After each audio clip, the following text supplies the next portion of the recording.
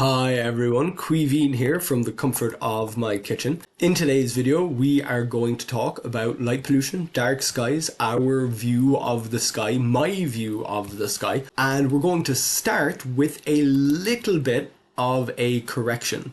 I generally show the night sky like this. This is the level of light pollution that I generally show. So for example, looking at the Plough or the Big Dipper, you can see all of it, but the elbow star here, this joining star, Megrez, that's a little tricky to see, but it's visible. It's maybe on the edge of visibility, but it's there. Same with the very end of Cassiopeia here.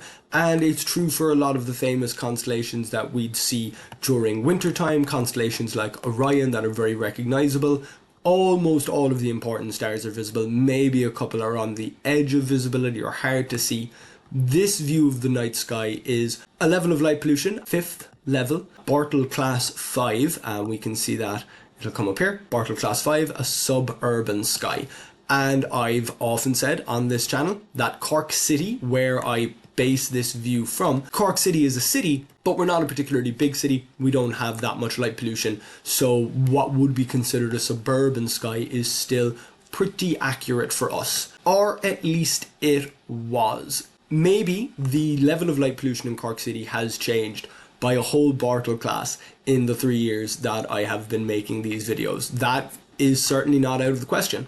There is also the possibility that even 3 years ago, when I began this channel, I was a little bit nostalgic for how the night sky was when I was slightly younger, and over the course of 4 or 5 years, the light level in a location can definitely change by 1 or even 2 or 3 Bartle classes, and that can go in both directions. So here we are, looking at a night sky that is closer to Bartle class 6, closer to what would be called an urban sky, which makes sense. Cork City, as I do say, is a city, and now we're really missing that elbow star Megrez entirely, even though we can still see the rest of the Plough.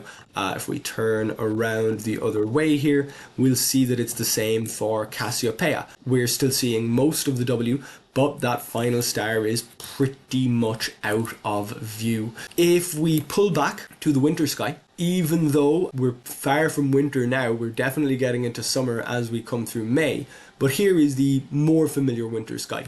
The nights are longer in winter, the night sky is often darker depending on your location. The night sky in winter often gets noticed more than the night sky in the summer, particularly here in Ireland where we don't get much night during the summer at all.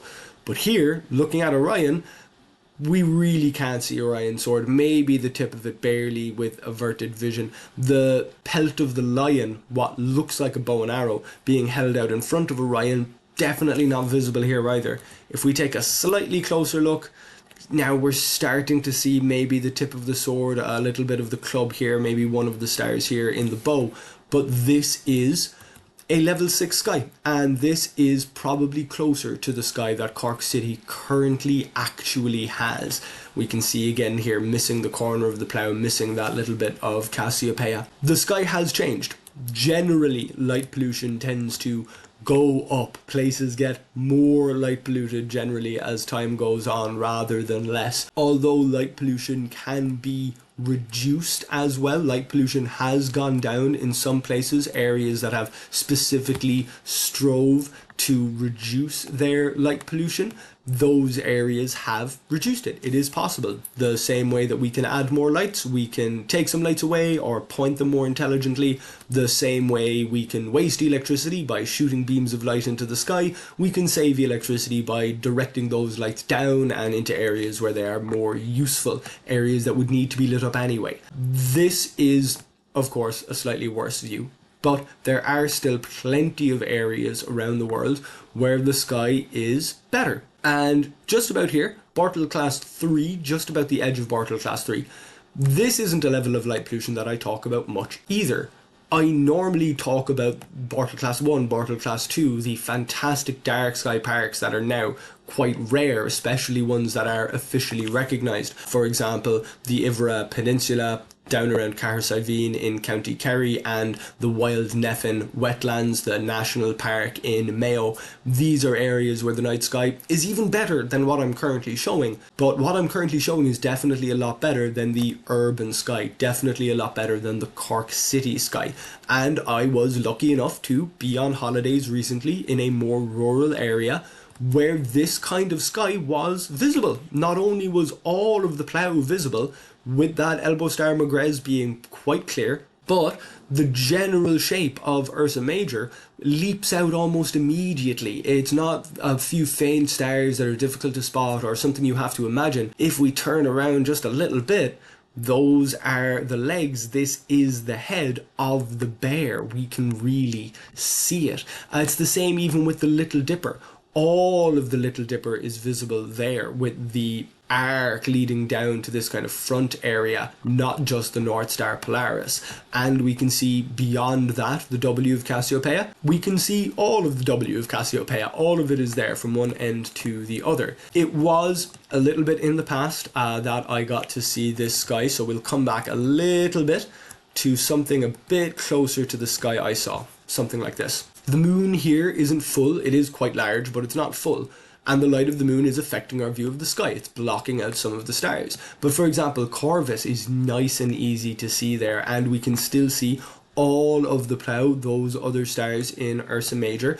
Even here right next to Leo, or almost right next to Leo, we'll move forward, right next to Leo, practically in Leo, we can still see all of the stars, all of the major stars at least, in Leo, the stars that make up that constellation. Whereas in a city like Cork, even without the light of the moon, those extra details are missing. This is the kind of sky in which I saw a couple of the April Lyrids on the 22nd, just a couple, just one or two. They may have been random background meteors, but based on where I saw them in the sky and the direction they were moving, it seemed like their radiant came from more or less the right place. And I hope some of you had a good sky for the Eta Aquariids meteor shower that is just after running, just after peaking by the time this video comes out. I hope some of you did get a good view of that as well. We'll very quickly move back into the winter time, to that wintry sky with so many famous things in it. And again, we're not in a dark sky park. We're not in a perfectly dark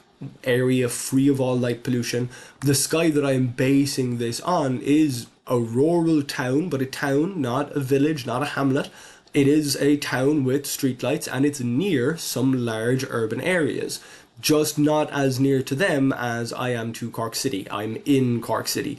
Even though those urban areas are larger than Cork City, this kind of sky was still visible. Now, of course, I didn't get to see this sky. I wasn't in this location during the winter, but based on the level of light pollution that was visible during summertime, this I believe is a fair estimation, unless a lot of people turn on extra lights during the winter. They might, maybe there is a seasonal fluctuation in light pollution. That could be a thing, but I don't know it to be the case. Here we are looking at Orion, and we might we'll get rid of the names of the stars.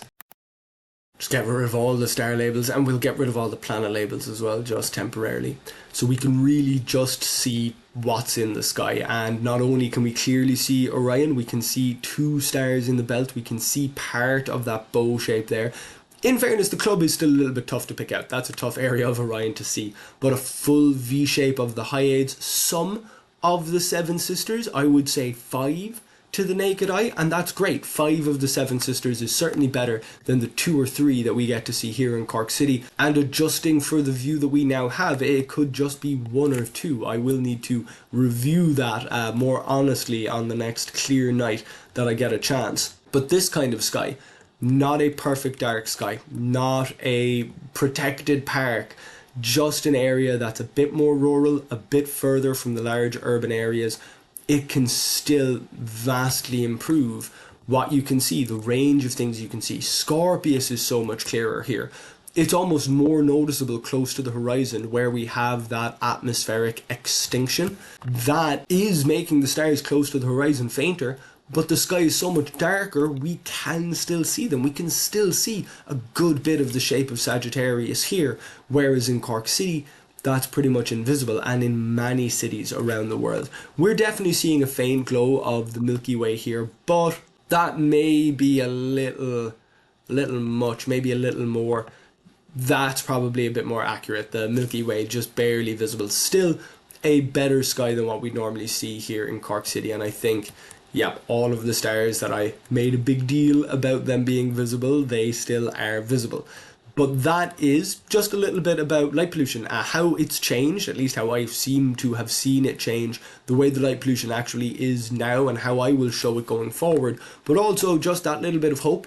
You don't need to go into the middle of nowhere, even a small improvement. What is on the scale, a small improvement, can be a huge improvement in what you see in the sky. So I hope that you enjoyed this video. If you did, please do like it. If you like this kind of content, then please subscribe to my YouTube channel. And if you'd like to read this information written down, you can do so on my website, queeveenscontent.ie. Thank you very much for watching, and hopefully I'll see you back here next time.